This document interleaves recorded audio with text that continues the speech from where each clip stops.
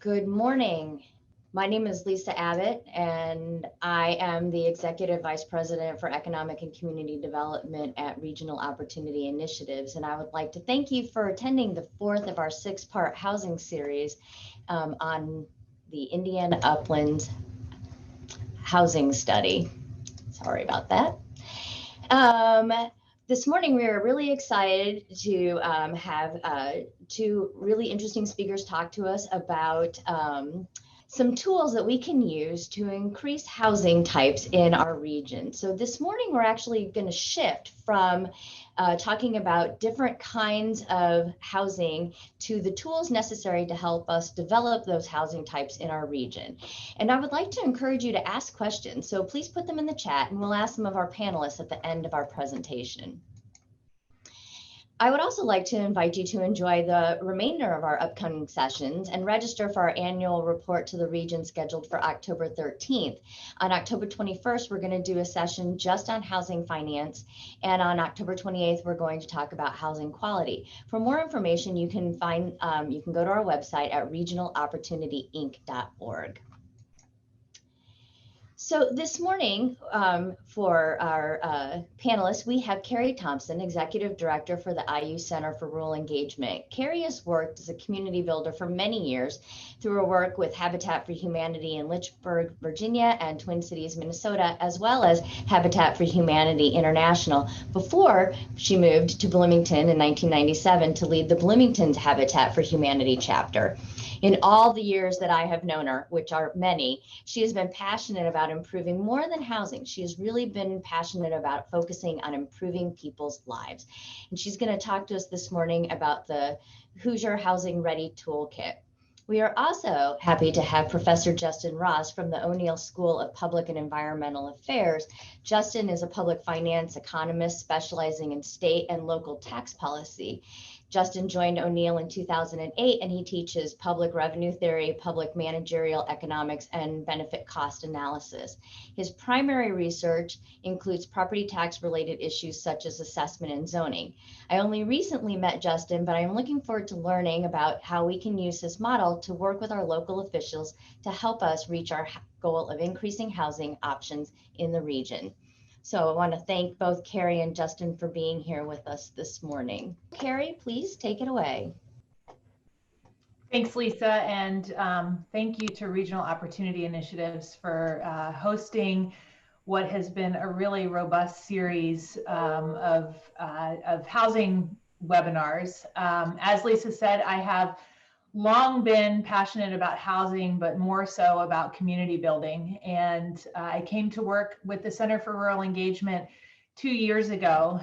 The center was founded as a result of funding from the Lilly Endowment after a listening tour that our provost, Lauren Robel, conducted in partnership with Tina Peterson. And the two organizations have really continued to work hand in hand and have really thrived by contributing complementary tools and resources to the region.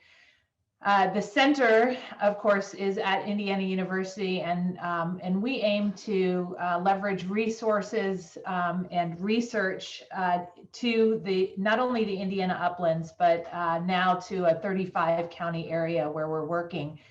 And when we came to understand that ROI was going to do a quantitative housing study of the Uplands region, we really wanted to find the best way to complement that work and to get communities ready to really welcome residential development. And so we developed what we call the Housing Ready Toolkit. And the concept of the toolkit really is to use it as a guidebook and a workbook in your community to develop the residential housing that is appropriate for your community.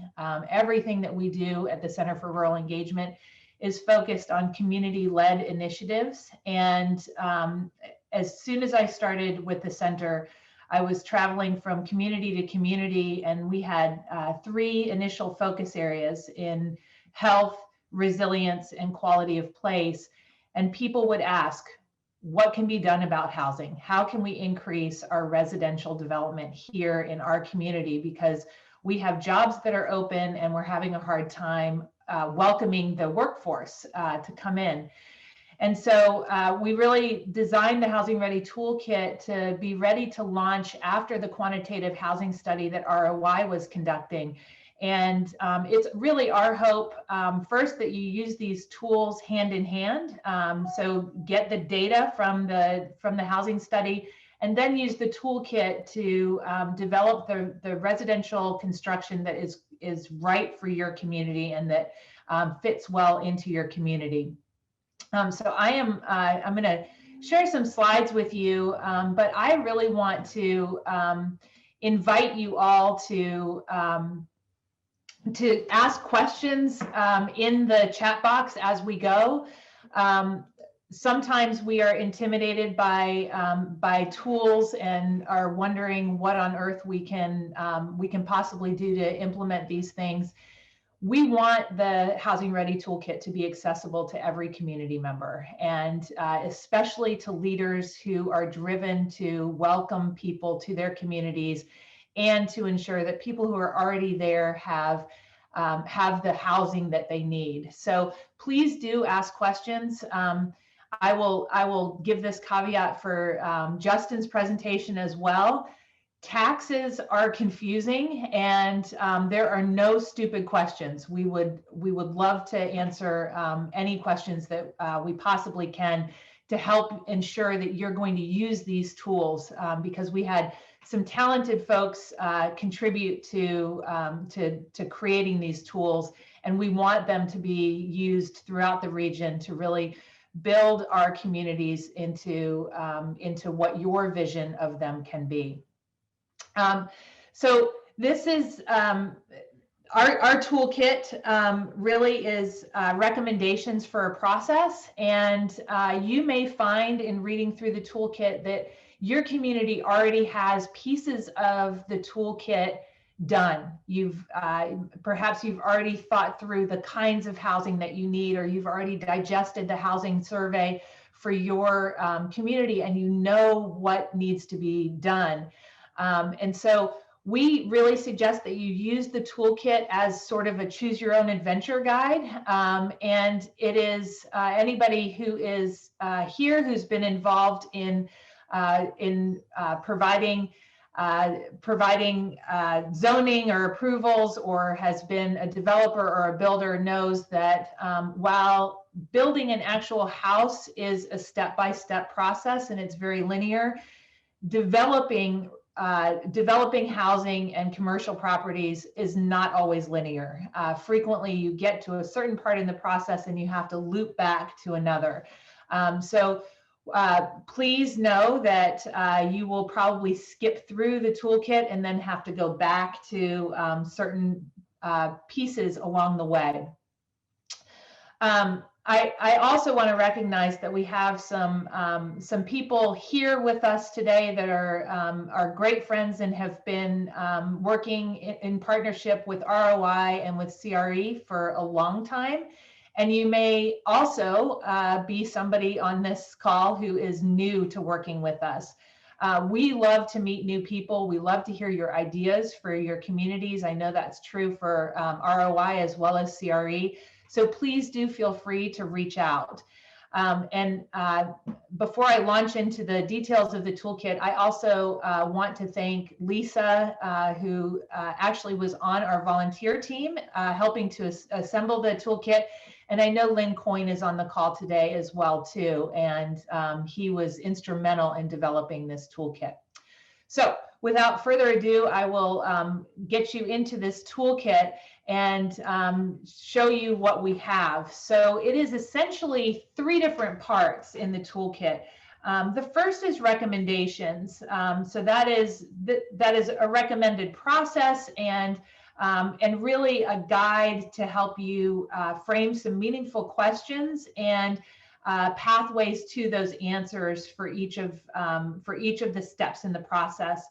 Then we have assembled some tools, one of which is Justin's work, And then finally, at the end of the toolkit, you will find resources. And these are links to web pages, they are checklists, they are pro formas, and other things that you can use to implement the toolkit in your community.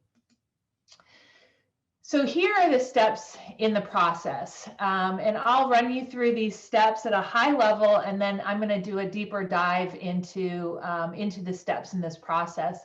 So the first is to assemble a team, and after you have a team of leaders assembled that are ready to really think through this process, then you can assess your housing market. And as I said, in the Indiana Uplands region, that has been already completed. You may want to do a deeper dive in your community or do some focus groups to see what people are thinking now with this, with the quantitative data. But the gift that ROI has provided the entire region, which is incredibly valuable, is an incredibly detailed housing market study. And so I really encourage you, if you haven't been on the earlier webinars, tap into those and learn about that study and access your county's piece of that housing market study on their website as well. Next, you want to identify the quality of life factors that are that people are going to want to access close to their housing. And then you want to develop a vision. So how many units are you looking at, and how do you want people housed in your community? And this is more than just the structures. This is really, how do you want your community to feel, and how do you want people in your community to feel at home? Next, after you develop a vision, you're going to engage local stakeholders. This part is incredibly valuable because you'll begin to have some back and forth conversation that helps you refine that vision before you invest a lot of money in getting it implemented. Next, you want to explore incentive subsidies and financing. And of course, we will do a deeper dive here with some of that, but there is a specific housing finance webinar coming up with ROI in this series, and so I encourage you to tap into that as well. And then finally, you're going to put the pieces together to select the site, put the financing together, attract your developer if you have not already, and ensure that you are all prepped and ready to build.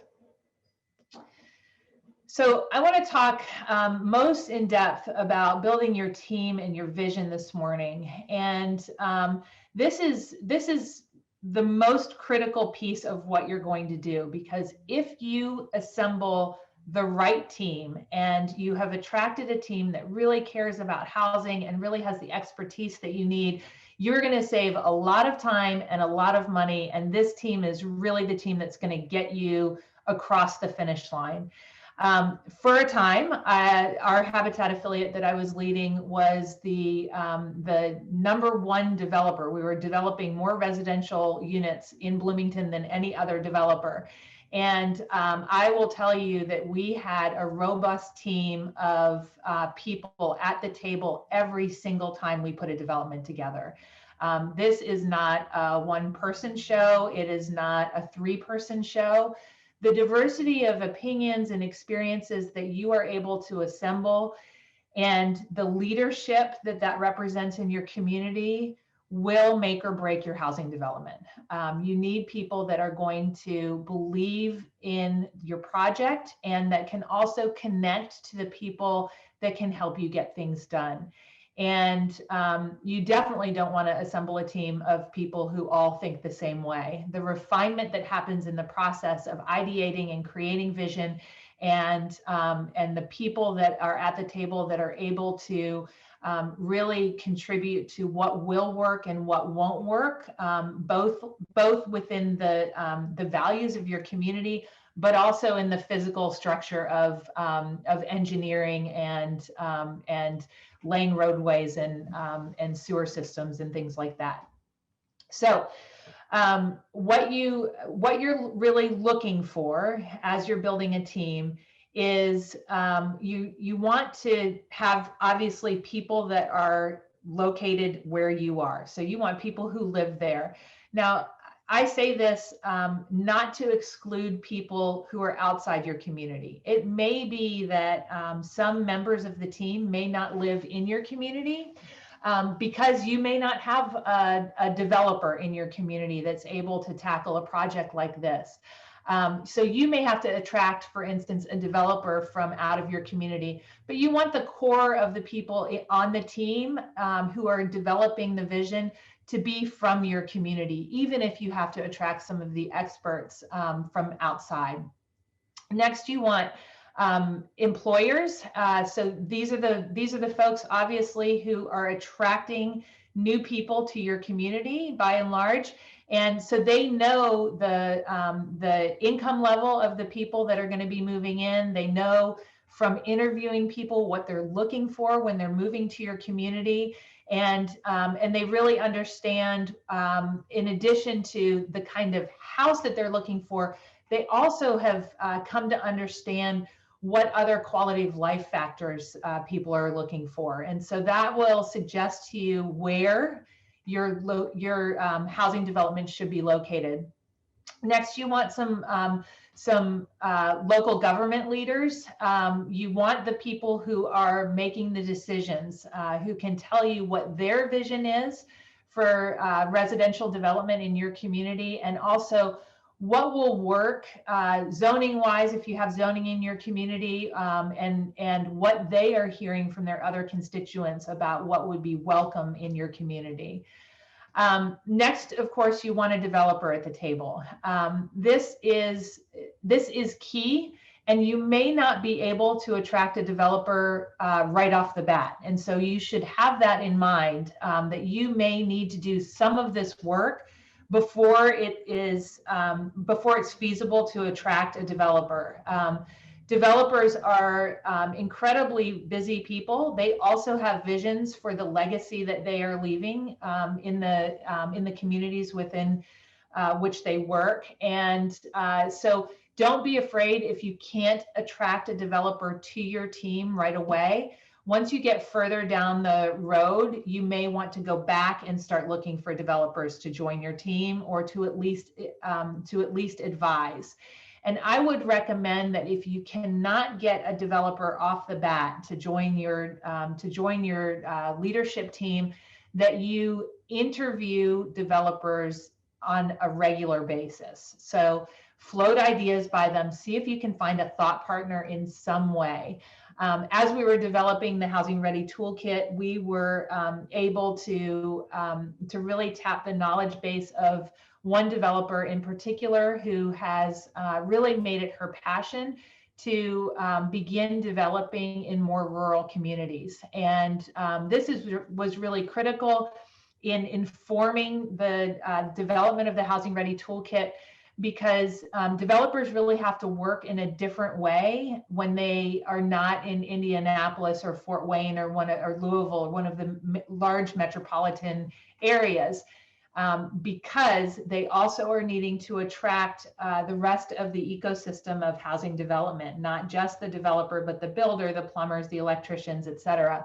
And so the mindset that's needed and the ability to really source some of this labor sometimes has to come from outside of your community as you build the labor pool within your communities. So those developers really are key to the process. And then next, of course, you're going to need a lender. Lenders can help advise you every step of the way for what will be attractive in terms of a mortgage package. But even before that, how to start thinking through the lending that you're going to need in order to develop the project, and who's going to take on the responsibility for that. And so having a lender at the table that can opine on site value and feasibility and marketability is really, really valuable. And in my experience, lenders are always happy to come to the table. This should be a relatively easy person to attract to your team, and their opinions and their insights are really worth their weight in gold. Finally, this is last but certainly not least, you need a technical team. And those folks are going to sit on this leadership team, and as many of these as you can attract. So if you can attract one each of a planner, an architect, an engineer, and a builder, that would be ideal. But if you can get at least 2 of those categories filled, you will be sort of years ahead in the development process. So these folks can really look at a site. They will always want to walk a site with you and tell you what the pitfalls are going to be and what the advantages are. They can creatively think through together different layouts so that you can think through in more depth and with more possibility how you might lay out the development and what pieces you can build in to make it attractive and really livable and a place that really calls people home. And each of these people on the technical team play a different role. And so please do think through each of these roles of planner, architect, engineer, and builder. And if you can possibly attract one of each, that would be really your dream team. So the team that you're assembling, you really want these leadership qualities in them of being highly engaged in your community, being adaptable. You want their leadership really to ask critical questions, but then also to be talking about the possibility of this development throughout your community. The more buzz you create about the possibility of building a new housing development, the more insight you will get from regular community members, the kind of people that just stop you at the gas station or in the cafe, and also the easier path you will have in refining your ideas and then getting it through to the finish line. So after you have assembled this team and really begun thinking through the steps, what you're going to do is to start developing your vision, and that leadership team will formulate an initial vision for your work, and then you are going to engage those stakeholders in giving you feedback on the vision. This is an incredibly valuable piece of the process. As I was just talking about the leadership that you need, in order to really get a development that is unique to your community and that really is attractive to people coming into your community, and also to local community members who may be wanting to look for their next home, shopping the vision around and then going back and refining it will be key.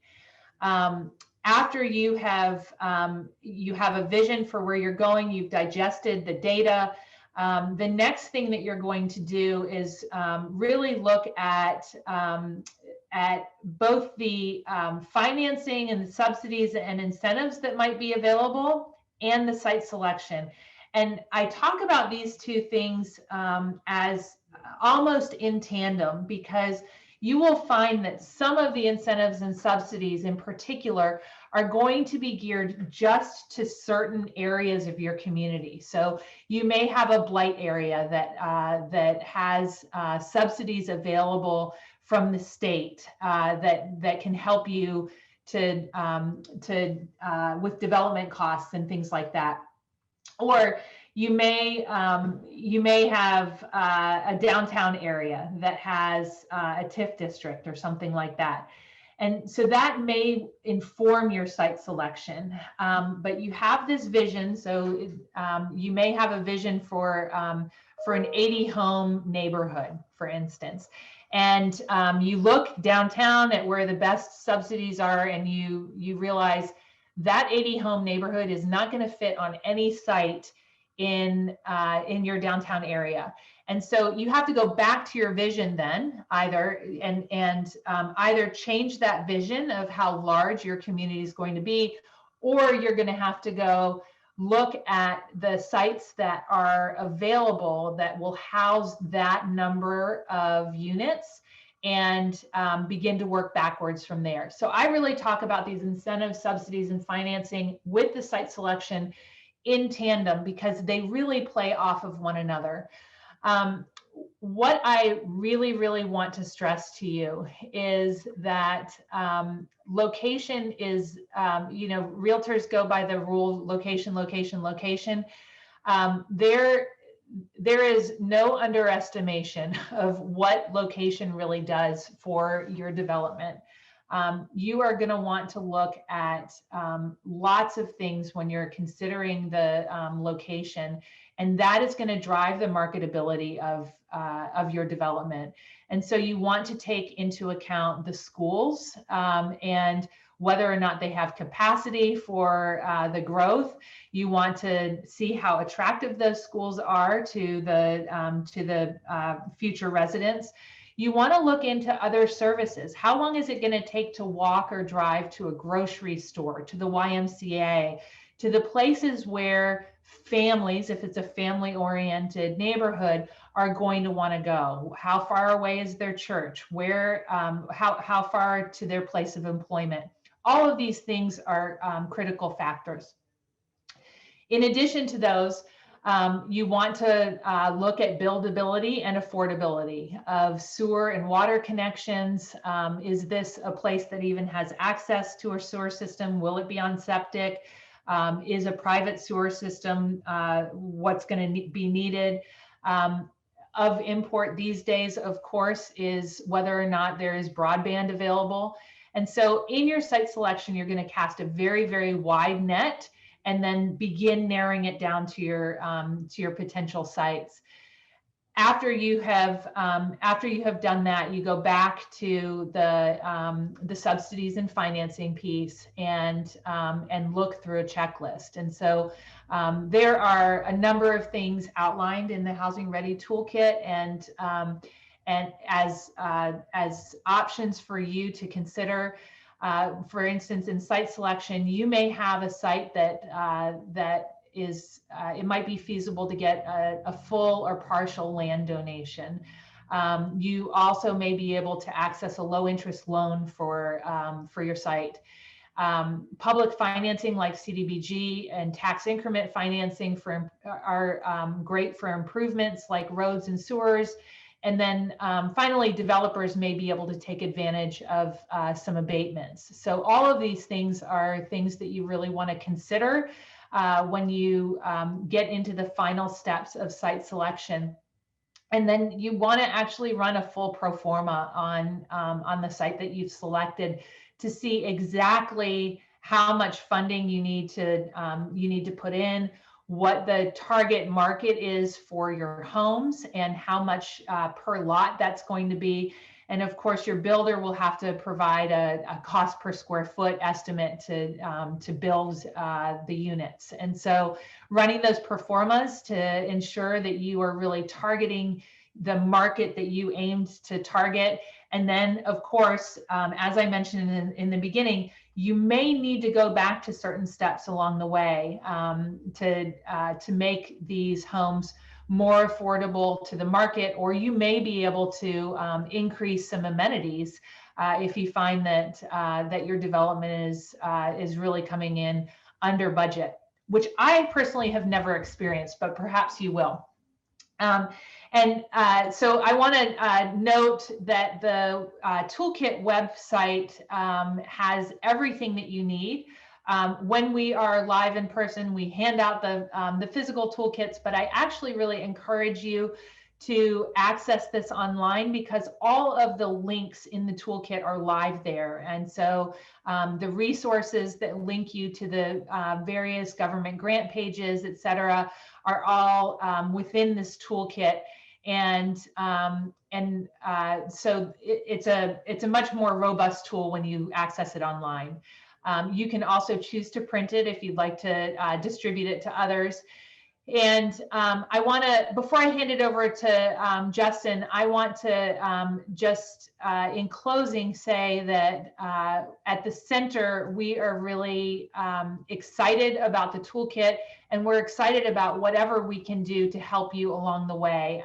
As your tour guide of the toolkit, if you need more in-depth training on it, or to answer questions, to come to your community to talk about development, and certainly to find collaborations.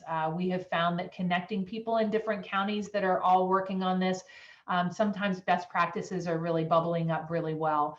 And we will continue to stay in close touch, of course, with our partners at ROI. And I'm going to strongly encourage you to use the tool that Justin Ross is going to outline for you now. It is an assessment tool that helps your government understand what income will be coming in as a result of expanding housing, and therefore what you might consider subsidizing in order to attract people to come live in your community. And so with that, our contact information is here, and I'm going to hand things over to Justin. Good morning. Thank you, Kerry, for the introduction. I'm very pleased to be here. I'm here to tell you about the local development public finance model that's being hosted at the Center for Rural Engagement.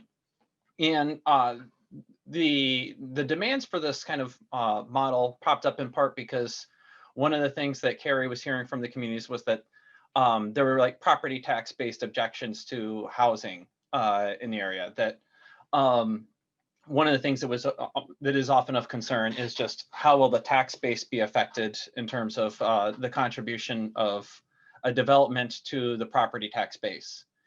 And so as part of this, we put up this local development public finance model. And what it is basically code that can be downloaded from the center's website that runs on a free and open source platform known as R. So you may have heard of R before. It is the most popular open source platform. Many schools and analytical positions use R because it is free and quite flexible and powerful, and above all, free. So we made this code, and what it basically does is help answer relevant questions about property tax impacts. So to be able to answer questions like, what will be the impact on tax rates? What will be the impact on property tax revenues? And importantly, is what's going to happen on property tax caps. And the model's quite fast, and it gives the users a lot of flexibility to add their own creativity in terms of if they want to like use it to ask and have other types of questions answered. But before I go too far in this, I want to explain a little bit about the need for this. It didn't surprise me very much that this was the kind of concern that was being heard out in the community, because my experience so far is that even among decision makers that deal pretty directly with property tax caps, like county councils and city councils and stuff, there's a lot of confusion as to how it actually works, and they tend to gravitate towards one of two errors. One is that they think that it's very simple and easy to understand how it works, and the other, and so they think the answer is clear.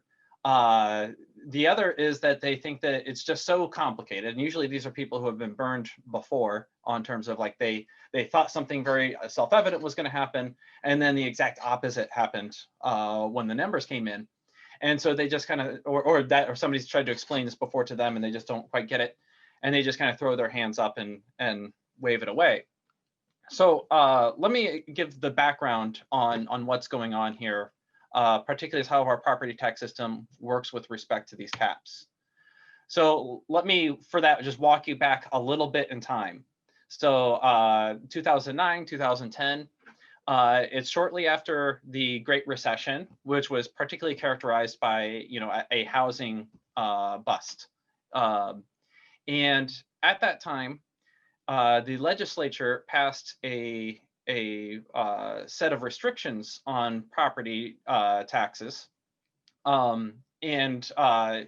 Basically what it did was it tried to limit the total amount of taxes that a particular property would have to pay as a percentage of its market value.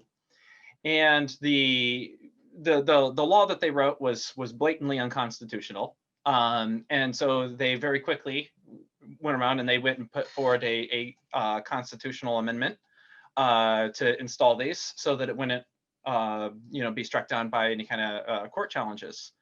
And the slogan that it was advertised with was easy as 1, 2, 3, that the tax caps just made the system much easier, as easy as 1, 2, 3. Why as easy as 1, 2, 3? They said that, well, what it'll do is it'll cap you at 1% property tax cap on residential homestead. So your tax bills won't be higher than 1% of your property's value. If you are a homestead type property, residential. It'll be 2% if you're agricultural or other types of, sorry, that should say non-homestead residential, and 3% on everything else. And so this is what it's supposed to be, just 1, 2, 3. It's simple. You'll not have to worry about it again. Okay. This has perhaps in part led to the first error that I described, where people assume that this made it easy. So if residential was capped at 1%, shouldn't we just favor the development of 3% property, the commercial, industrial, and other types? And this is a mistake because it confuses a couple of different things. So let me show through a little simple example. So here's two possible properties. One of them is in the first column on the left is your 1% capped residential homestead, your single family housing or something. Your 3% cap would be, commercial or retail or something like that. And let's just keep their market value the same at $150,000. Okay. Well, the market value or gross assessed value in assessor language is at $150,000, but the taxable value is going to differ between these two because residential family homesteads have a lot of deductions that make the taxable value much lower than the market value. Now, this is primarily a residential housing phenomenon, the deductions. There are not very many deductions that drive a wedge between the gross value and the taxable value for commercial and industrial and agriculture. By and large, those two things are the same. So while the homestead and commercial in this example both have $150,000 in market value, after you take away the homestead deduction and you add in the supplemental deduction, and if it has a mortgage, there would also be a $3,000 mortgage deduction in there. The taxable value on the homestead would be $65,000, just a little over $65,000, not $150,000. Okay, so what this means is that the maximum bill that these two properties can pay is going to be based on that market value of $150,000. So that's 1% of the $150,000 and 3% of the $150,000 for commercial, right? So you run those math, there's your maximum tax bills that they can pay. So now if we assume that the tax rate is, let's say, so if we want to do what the rate is that would reach that cap. So what property tax rate would you need in order to reach that maximum tax bill? It's not 1% and 3%, right? Because it's going to be based on the taxable value, not on the market value, right? On the basis of the taxable value, the rate needed to hit the cap on the homestead is actually 2.3. It's not 3%, right? So this is not an easy and straightforward comparison as just, oh, well, 1% or 3%. No, because of the deductions that drive this wedge between market value and taxable value, right? The rate on homestead can be much higher than 1% before it starts hitting its cap, okay? Now, you might reasonably at this point say something like, well, sure, it's not that high, but it's still a much higher maximum tax bill. $4,500 is still a much bigger cap than $1,500. So it seems like you should still favor this for that reason. Okay. The problem with that is that property taxes are not like other taxes. So other taxes, I think, have a pretty familiar logic, right? So if you think about the sales tax, what the government does is it sets the sales tax rate, 7% in Indiana. Then people buy or sell things under that rate, and that produces tax revenue from which the government then spends the tax revenue. That's a normal tax, okay? The property tax doesn't work this way. The property tax basically works in reverse order of steps. So with the property taxes, government sets the budget for spending, and from that budget, it implies an amount of property tax revenue to raise, right? Using that amount that they want to get for property tax revenue, they use that to calculate what the implied property tax rates are, right? That means aggregating up, summing up everybody's taxable values, dividing that by how much you want, that gives you the rate, right? And then you apply the rate to the individual taxpayers to figure out what their share is of the budget, right? So what matters in terms of this logic is how much revenue your tax base produces is whether or not everybody is paying their share of the budget, right? So does everybody pay the full amount of their bill, right? The property tax caps are what limit that from doing, from people paying their full share of the tax bill, okay? So the key points to keep in mind is that the taxable values are used to determine how to divide the cost of the government spending into individual tax bills, right? So if everybody's property value increased, say, by 10%, nobody's tax bill would change unless the government changed how much it chose to raise for revenue, right? But if they keep their budget the same and everybody's properties increase by the same percentage, nobody's tax bill actually changes because the proportion of how the tax bill is divided across the different taxpayers remains the same, right? That is what is unfamiliar to most people, because most people think like, oh, well, if you bought 10% more goods this year, or you earned 10% more income, then your tax bill would go up by the amount of the tax rate. That's not how it works in the property tax, right? The property values are only used to figure out how to apportion the government's budget, right? And the property tax caps means that not everybody is going to have to pay their share of the total bill, okay? So just to try and help illustrate this a little bit, so here is just like an imaginary case where we have two taxpayers. We'll make them both residential homestead owners, and they have different property values. So the property value for taxpayer B is twice that of taxpayer A, right? The net assessed value, if I take these things and run through approximately what their taxable values would be, it'd be something like 45,000, 145,000. And let's just say that the government wants to raise $3,800, right? And this would imply, based on those net assessed values, that the tax rate would be 2%, okay? So the maximum tax, so the gross tax bill, let's say, before you apply the caps, would be $900, 2% times the 45,000, right?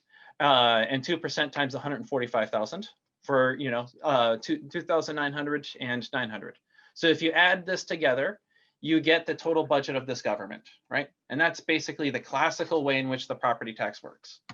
Now, the property tax caps say, wait, the taxpayers are only allowed to pay 1% of their gross assessed value, which is their estimated market value, which means taxpayer A has a maximum bill of 1,000 and taxpayer B has a maximum bill of 2,000, right? So even though taxpayer B has the more valuable property, right, they end up paying they don't have to pay the full value of their property in this case, right? So the government doesn't collect, in this case, the full 3,800. They only collect the they collect 2,900, right? The taxpayer A is only going to have to pay the $900 that they owe because they do not reach their maximum. Taxpayer B doesn't have to pay beyond their maximum, so they don't pay their full share of it, right? They stop at 2,000, right? Which means that the government is only going to collect 2,900 on a $3,800 budget. This is basically how the property tax caps work, and it breaks that kind of otherwise obvious link between how much is the property worth and whether or not like you're going to collect more tax revenue, right? here is a more elaborate example. And this is an example that from a project I did with Lake County about 10 years ago now, I think. And it tries to illustrate this case. And I know it's a bit too complicated to look at it and quickly grasp the scheme of things here. But the setup of it is this.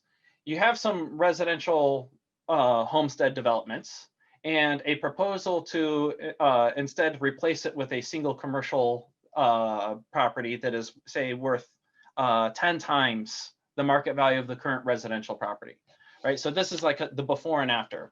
Instead, we're going to take some area, buy them out, and convert it into, say, a commercial thing that's 10 times what the previous value would was worth. So from this land, you'd have what seems like it would be a slam dunk case, right? So the market value of land would increase tenfold from, say, 2.5 million collectively in this development to 25 million for the commercial, right? Now, as I said before, the residential, though, comes with these deductions, right? And these deductions drive a wedge between what is the taxable value and what is the gross value. Now, it's still the case that the net values are going to rise quite a bit. So that 75 million is less than the 773 million in the after scenario, right? But this doesn't necessarily translate into the local governments collecting more revenue, right? Now, what's going to happen is when you run through the analysis and you say, okay, well, here is what their implied cap is. And again, they have a higher cap, this new commercial property with 10 times more value and a higher cap rate has a much higher possible maximum tax bill, right? However, basically what happens in a situation like this is that you're creating a property that takes on a share of the budget, and it doesn't have to pay that full share of the budget. And in fact, it's basically not paying nearly as much as before. That their cap drives such a wedge that they collectively generate a larger tax bill that they don't have to pay. Okay, and that makes all the difference when you run through the analysis of something like this. Even though they add a property that is worth 10 times the old one that has a much higher maximum tax bill, the revenues that they actually keep from this kind of exchange goes down. So in this particular case, the county's revenue went down by $200,000. Again, even though they would be considering the replacement of a commercial property worth 10 times as much and had the higher 3% cap rate, right? Their revenues went down. This is not intended to be like a representative case of what usually happens. What this is just an example of what can happen and does happen in some cases. And you can see how people end up getting burned. And one of the earliest examples that I can remember of this was it was shortly after the property tax caps were passed into law, and a city annexed some adjacent neighborhood and brought it into its regular boundaries. And they were surprised to find that this caused their revenue to go down. Like, how could it be that we added more properties to their tax base and their revenues went down? And the answer was because those properties they were adding taxpayers that didn't have to pay their full share of the bill, right? So there's just these kind of strange and counterintuitive cases that come up under the property tax caps. So under Indiana's easy as 1, 2, 3 property tax cap system, right? The higher assessed values and higher cap rates do not necessarily mean more revenue, right? That is the primary thing I want you to take away from this. In fact, if you're really sharp on the uptake with all this, you might realize that exempting certain properties from the tax base can actually increase revenues, right? If you're taking properties out of the base that don't pay their full share of the bill, and then therefore shift the burden onto people who do have to pay their full share of their bill, you'd actually increase revenues, right? So the trick to increasing revenues within the new base is basically adding developments that are under their caps or otherwise redistribute the burden away from properties that are over their caps, right? The other thing that you can do is that when you add new development base, you are allowed to, you get extra room to increase the property tax levy that's used to calculate the rates, okay? So with that background in mind, this is where this model kicks in. Because there's so many unintuitive things that happen now, this model is designed to try and help work through a case like this, to try and figure out what would be the impact. And as I already said, you can find the link to it. Kerry showed the image of it earlier. There's a guide, the local development public finance model. It uses R and would allow you to kind of work through different cases on your actual tax records, right? And basically, it's going to help you simulate the implications of different development alternatives. Okay, so what does the model do? Basically, what happens is that you're going to upload a before and after of the individual taxpayer records that the local governments use to model, use in their budgets, and this you upload them into the model that's executed by R. So the individual taxpayer records are something that you can even just download from the state government's website. They come, the most recent tax year comes already loaded with a download. What you do is you can basically take everything as it is, and then make alterations to the record to have what would look like after your development is done. So you've added properties or you've changed certain properties, and then you take these before and after taxpayer record scenarios, and then R basically generates the public finance impacts across all the relevant local governments under two scenarios. One scenario is that it assumes the constant tax levy, meaning that the government is not changing the budget, right? So basically, if there's any new developments that are going to increase property values, what that means it's going to do is it's going to lower the property tax rates. The other scenario that it runs by default is assuming a constant tax rate. So meaning that they are just going to keep property tax rates the same and just use the additional developments to see what the new property tax revenues will be. Okay, so those are two kind of like extreme cases of how a government might want to behave in the face of new development. Okay, and then the result that it's going to generate is a collection of spreadsheets with a bunch of different values in them. I'll show an example in a moment. So why all relevant local governments that I mentioned before? Property tax rates basically stack up on top of each other. So, a given taxpayer is going to pay property taxes to counties, to cities, to schools, townships, etc. These things all stack up on each other. And whenever a taxpayer is protected by a cap, the unpaid portion of the bill is divided according to each of the taxing unit in proportion to their tax rate, right? So when a development occurs, it's not just the city that maybe is subject to the implications of it. It has any spillover implications in terms of property tax caps for the schools, the city, the counties, the townships, etc. So just as an example, if the city is half of your total property tax rate and the property tax caps were to protect you from $500 in tax payments, then the unpaid $500 is half of that is going to be attributed to the city's share of that loss.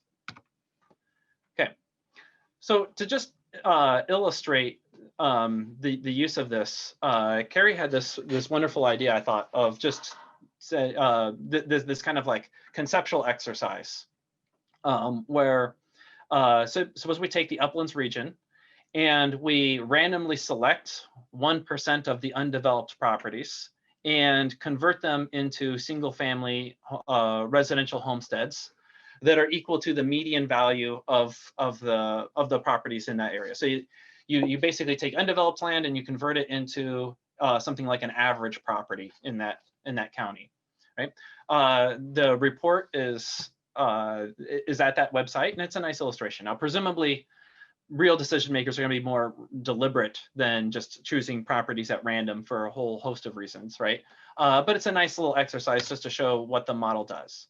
So we did exactly that. We took all the tax records. We chose 1% of the undeveloped land in each county, and then we reclassified them as residential homestead equal to the median value in that county. We ran it through the model, and it produced, basically a folder filled with all these little spreadsheets. And the model And the model guide tells you what's to be found in each of the spreadsheets and what's inside them and what they all mean. But like here, if we just open up one of them, you would find all the relevant governments, and then what is the implications for say the property tax caps. This was an example where no property tax caps came in, say Brown County. And so you can see like what is the before and what is the after on different different scenarios. Okay, here's just another one that shows like, well, if you're going to keep the tax levy constant, what is the effect on the property taxpayers' rates? So people who are already there after this new development occurs, what is the effect on their property tax rates? And this is again another example. In this particular county, there are 6 different unique combinations of governments. And so there's 6 unique property tax rates, and the development in this case lowered it by these amounts listed here. Right now, once you have all this stuff, you can represent it in any particular way. You can just use it however it makes sense for your analysis and for answering the types of questions that you want to know. So in the report, I loaded some of that data into a map and just showed, here is the change in property tax revenues. Here's some information about how the levy changed, differed from the property tax caps. Otherwise, you can maybe just use just straight descriptions. Another study that was done over the summer using this model, or sorry, back in the spring, was a pair of students at the Center for Rural Engagement. They were doing an internship there, and they were looking at a specific city's proposal to redevelop the parcel into 20 residential units. So the city council had identified a parcel. What they wanted to do was to convert it from its pre-existing use to these 20 residential units. And they had an idea of how much those residential units would be worth. So the students just did exactly that. They took everything as it was and then created, saved a separate copy of the record, making the changes to what the city council intended it to be, right? And then they were able to provide these different conclusions, like, if you keep the tax rates constant, then the local governments in the county will collect $27,000 more in property tax revenue, with half of that money going to the city school district. The property tax caps will also increase by $670. If the redevelopment is used to lower property tax rates, then the county will still receive $1,500 more in revenue because of the lower property tax caps. So these are the kind of like useful types of information that they were able to take and give a little presentation to the city council so that they can make a better and more informed decision than they otherwise would. Okay, so with that, I just encourage you to share, just as Kerry did, just encourage you to go check out the webpage, download the model and have a look at the guide that walks you through the steps of installing R and getting started. And if you have any trouble or problems, just feel free to contact me, and I'm more than happy to help you out as best I can. It is not something that is so easy to do that you could just sit down, download it, and be up and working in 5 minutes. It's probably something that would take you about a day or so. If you take the time to look for it, you'd get the hang of it, I think, about a day. So it's not again, as easy as knocking it off on your iPhone while you're watching Netflix, but it is, pretty good compared to any other alternative for trying to figure this out. So with that, I'll turn it back to the moderator. Thank you, Kerry and Justin. I really appreciate that. I can see a lot of use for your model when talking to public units about possible development. Let's start talking about some of the questions that we received. Kerry, I'm going to start with you because this question's been hanging out there for this person for a little bit. So how important is the issue of zoning in rural areas, the pushback from citizens on having it, and the real need by developers for a stable environment? Yeah, so this is a great question. To be honest, I have not quantified the pushback on zoning, but there is at least a perception that zoning is a bad word in many communities, And so we have actually outlined some, we've started referring to them as zoning light options in the Housing Ready Toolkit. Those can be found somewhere around page 22, I think. And importantly, protecting the asset is incredibly important, not just to developers, but to the people that are going to live there. And so, you know, if you have built your home and you are you're enjoying your, you know, peaceful residential quiet, and then somebody comes and builds a paper mill next to you, or a, you know, a factory that is somehow you know, contributes to decreasing your quality of life. What happens is that your property is decreases in value. People don't want to live there anymore.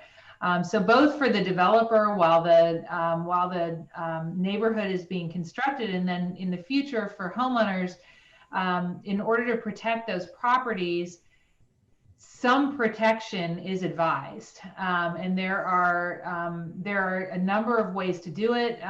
You know, you can do that by selecting a site that has that is already developed along its perimeter. There are some options for sort of putting some protections in. You can also buy a lot of land that you don't plan to develop, but honestly, zoning is the, no matter which way you do it, zoning is going to be a way, and in many places the preferred way to get some protections in. And I will just call a spade here. I think in our region, frequently people hear zoning and they think that's what Bloomington has and nobody can do anything. And actually zoning does not have to be as comprehensive and as specific as what Bloomington has in order to set up the protections that developers really need in order to be attracted to a project. And so we would be happy to talk to you about some lighter versions of zoning if your community is interested in exploring that. And also how to talk about these issues as you enter the process of considering development. Okay, thanks. Justin, we have a couple of complicated questions for you, so I'm going to start with the easiest one. Can we get a copy of your slides? We have some people who are interested in comparing your commercial and residential tax scenarios. Sure. Great. That's fine. All right. What's the best way to get that available? If you email them to me, we can send them out to the participants. Happy to do so. Great, thank you. And then again, we are recording this, and so it will be posted on our website. So if you want to watch his presentation again, you will be able to do that probably tomorrow, maybe not today. So Kerry, does the toolkit contain any information about rehabbing existing housing, specifically as it relates to possible blight? And can you just give us a little information about that? Mm-hmm. I'm happy to give you a little information, which is that I encourage you to look at all possibilities when you are looking at housing for your communities. The toolkit, though, is really targeted at new residential developments. So how to attract that development to your community and what pieces that you need put in place in order to make that happen. So rehabbing is not addressed there. And I know that Indiana Housing and Community Development Authority has some resources to guide you through that. We do encourage you to explore that. The preservation of existing housing stock, of course, is a great way to provide some housing. The toolkit, though, is really targeted at new residential developments. So I'm going to take this opportunity to suggest that you join us for the annual report to the region. We're going to have some breakout sessions, one of which is going to be on the missing middle housing. And then our last session, which is October 28th, is going to be on housing quality. So I think you'll find a lot of information about how to deal with blight in that particular session. So Justin, on to more complicated questions. Does your model work with TIF districts? Yeah, if you, yes. So all you would do is when you're comparing the before and the after, you would just have it incorporate, you know, the special district that is the TIF. So it's another, it's like a local government, so to speak. So yep. Okay. Straightforward. Because we know that developers are interested in knowing how much funding TIF districts will create from their developments to encourage units of government to possibly participate if needed. Okay, so then does the housing development ever have a negative impact or even a perceived negative impact on agriculture? Thoughts? Who's that for? Is that Kerry? Either one of you. And that wasn't really specific. I can take that one. I can take that one because I don't know how it's tax related. I can imagine that there is a possibility that housing development would have a perceived negative impact on agriculture by perhaps increasing runoff rates of water, because any paved surfaces do that. So you're changing some of the waterways. And then of course, you know, I think probably in these rural areas, the top candidate spots for developing housing probably are on farmland. What we have been seeing though is that it's on land that is no longer being farmed typically. So it is it's frequently what's happening is it's a field somewhere that has gotten a little too close to the city or to a town, and it's no longer being farmed, and a family is really ready to stop mowing it and turn it into something that other people can use. And Justin, are there any tax implications from moving from agriculture to housing for local units of government? Yeah, so it would change the classification of them. Farmland is often quite tricky in this, in that like if you see a farm, they have maybe an acre that is, you know, the non-homestead residential, and then the rest of it is the class 2. Yeah, there's implications. So agriculture is in the 2% class of property, and typically has no deductions that separate the market value and the growth and the taxable value. And the residential homesteads are in the 1% class, but they do have the deductions that separate the gross and the market. So yeah, there are definite implications. Okay, all right. So here's one for you, Justin. What state legislative reform would you recommend to make Indiana's property tax system actually easier to navigate? Well, this is not entirely hypothetical because I do this. Okay.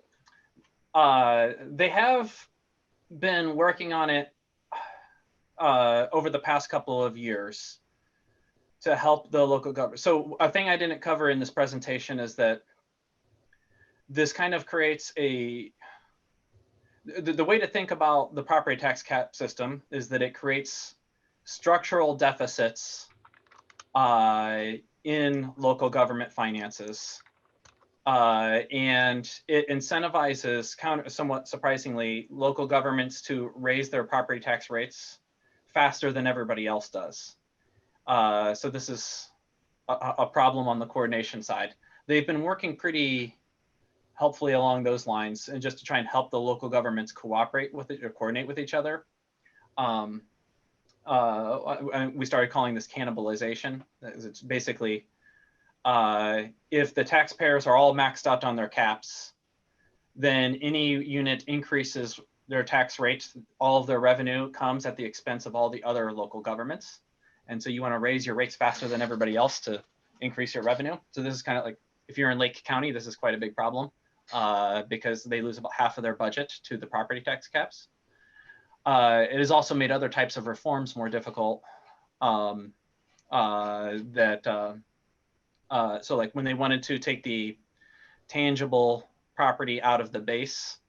That was harder to do because it made the caps more binding. But they ended up taking that out of the base now, so that's over with. But the caps are not going anywhere. They are enshrined in the Constitution, and it passed with a high margin. I think it passed with like 70% of the vote. So statistically, it got a lot of votes in this room, you know, and it's probably not going anywhere. So what is the one result that you get from your model that you think that developers could use to talk to their local units of government about the importance of adding housing? I think it would be to show them that the implications on property tax, on the revenues that they get from property taxes. And I think that where they're gun shy about this is that they are unsure that their revenues will not be harmed, either because they'll be putting more properties in the 1% class, or they think that it's just not taxable enough and their revenues will go down because of the caps. That's not a irrational concern. That might happen. So it's worth doing the check. But my impression is that they should be far more concerned about the property tax caps with the 2% and the 3% properties than they usually are. They seem to think that that's safe, and it's not. And they should really go ahead and do the check. And it might even be the case that if you ran the model twice, once if you had done it with a 3% property, and another with residential, you'd find that the residential would actually be the better deal in a lot of very plausible scenarios, like that example that I showed earlier. That is a very plausible outcome in what is the surprising world of Indiana's property tax caps. Okay. All right. I think that we're ready for the results of our first poll. So I want to put those up. So, okay, well, good. I'm glad that a good chunk of you want to talk about financing, because we're going to do that a week from 2 weeks from tomorrow. So make sure that you're registered for that session, and we'll look at possibly some other sessions or bonus sessions that we can do on some of these other topics. All right, I want to thank you all for joining us this morning. I want to thank our panelists again, Justin and Kerry, for being with us and sharing all of their really valuable information. If again, this is being recorded, so if you want to watch it again or you want to share it with somebody, you'll be able to find it on our website. And for more information about our upcoming webinars on the Indiana Uplands Housing Study, you can go to our website at regionalopportunityinc.org and /housing series and get signed up. If you want to get more information about our annual report to the region, you can also find that on our website. We hope you can join us next week for that session. I think it's going to be very valuable. All right. Again, thank you for being with us today, our panelists and our participants, and we will hopefully see you next week at our annual report to the region. Thank you, Kerry. Thank you, Justin.